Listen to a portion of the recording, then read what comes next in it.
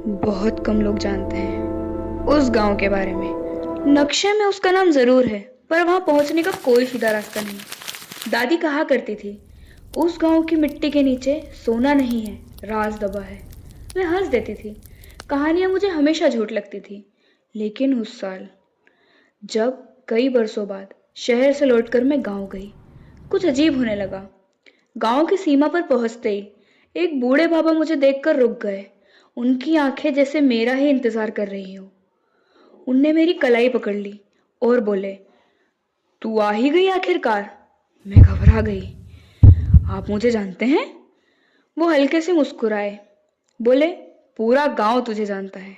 उस रात मुझे पुराने मंदिर के पीछे बुलाया गया। आधा चांद छुपा हुआ था और हवा में अजीब सी नमी थी। मंदिर के पीछे एक बड़ा सा पत्थर था। उस पर मेरे नाम का पहला अक्षर खुदा हुआ था। मैंने कहा, ये कैसे हो सकता है? गांव के मुखिया आगे आए। उनकी आवाज भारी थी। हर 50 साल में इस गांव में एक लड़की जन्म लेती है जो उस खजाने तक पहुंच सकती है। मैंने पूछा, कौन सा खजाना? मुखिया जी ने जमीन पर लकड़ी का एक गोला बनाया और बोले, जहां परछाई उल्टी चलती है। आधी रात को मैं अकेली खेतों की तरफ निकली। चारों तरफ सन्नाटा था।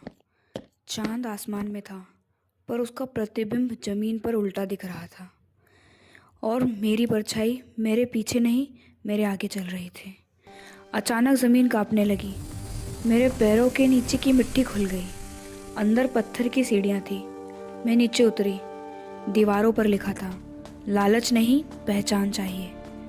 अंदर एक पुराना संदूक रखा था। मैंने उसे खोला। अंदर सोना नहीं था, एक साधारण सी पुरानी चूड़ी थी। तभी एक गूंजती हुई आवाज आई, ये खजाना वही ले सकता है जो इसे अपना ना माने। मैं चुप रही। मेरे हाथ बढ़े, फिर रुक गए। मैंने चूड़ी वापस रख दी। आवाज फिर आई, जो त्याग कर सकता है वही रक्षा कर सकता है। जमीन धीरे धीरे बंद होने लगी। सीढ़ियाँ गायब हो गई और अंधेरा रोशनी में बदल गया। सुबह जब मैं बाहर आई, गांव वैसा ही था। कच्चे घर, पुराना मंदिर, खेतों में ओस, पर लोग बदले हुए थे।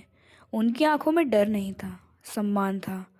मुखिया ने झुककर कहा, आज तूने गांव को नहीं, हमारी आत्मा को बचाया है। मैंने पीछे मुड़कर मंदिर देखा। पत्थर पर अब मेरा पूरा नाम खुदा हुआ था। नीचे लिखा था, जिसने खजाने को छोड़ा वही असली खजाना बन गया। तभी मुझे दादी की बात समझ आई। उस गांव की मिट्टी के नीचे सोना नहीं, संस्कार दबे थे और आज वो खजाना मिल गया था। असली खजाना वो नहीं होता जिसे ज़मीन के नीचे छुपाया जाए, बल्कि वो होता है जिसे इंसान अपने भीतर जीत ले। जो लालच पर काबू पा ले, वही किसी विरासत के योग्य होता है।